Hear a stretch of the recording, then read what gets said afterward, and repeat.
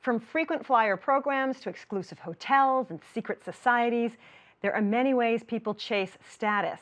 But as writer and comedian John Hodgman tells it in a new memoir, there's as much a story of losing that status as in gaining it.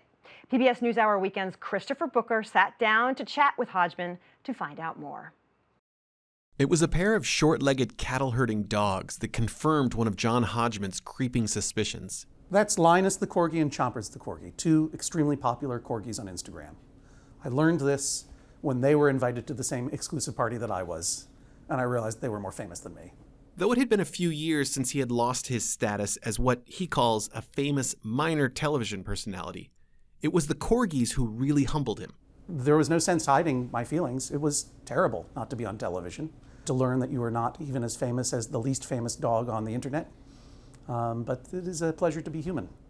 While Hodgman may enjoy being human, his new book, Medallion Status, is an explanation of what it felt like when the world reminded him that that was indeed what he was. These are just true stories from my life. In this case, my life as a very famous minor television personality, and all the secret rooms and first-class lounges and exclusive parties that even the minorest fame affords you, and then what it felt like to be kicked out of those rooms and to come back down to earth as a regular human being. Hello, I'm a Mac. And I'm a PC. Ironically, John Hodgman had earned his medallion status, a name he borrowed from a high-prestige frequent flyer program, during his time spent playing a non-human. Well, first I got to download those new drivers, and I got to erase the trial software that came on my hard drive. I could not walk in an airport without people saying, I'm a PC. What's going on, PC? Oh, this PC's getting an upgrade. Because more than anything else I had ever done or ever will do, more eyes were laid on me then than ever before. From 2006 to 2010, Hodgman was one half of Apple's wildly successful Get a Mac campaign. Actually, the iMacs and the MacBooks have the cameras built right in. In the commercials, he played a PC in conversation with an actor playing a younger, hipper Apple computer.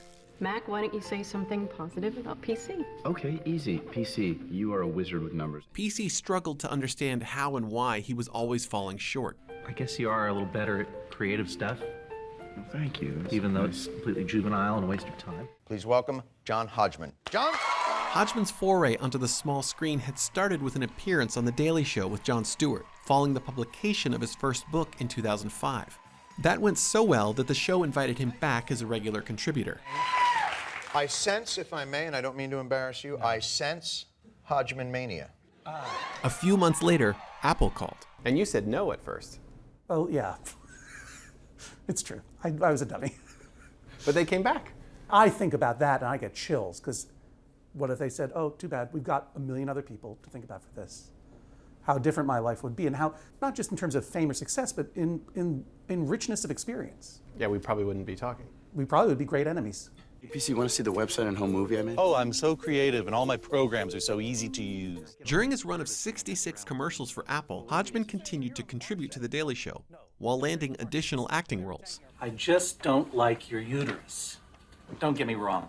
Your eggs are in great shape, but you have a T-shaped uterus. In 2009, he was even asked to roast the President of the United States. Is the president truly nerdcore, or is it all just an act?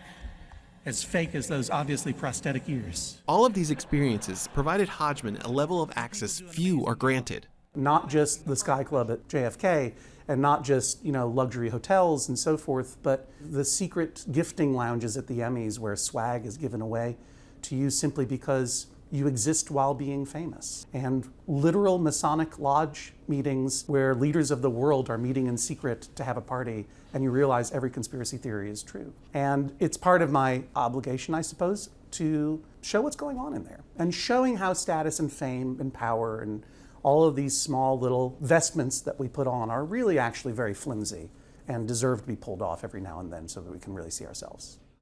But after the Apple campaign ended, and then Jon Stewart went off the air, Hodgman says the invitations started to slow. And then came the run-in with the corgis. We all lose jobs, or we age out of jobs, or we get dumped by someone, or a teacher takes us aside and said, you're not doing a great job. We all lose status. And even though it might make you defensive and angry, if you take a moment, you can also reflect.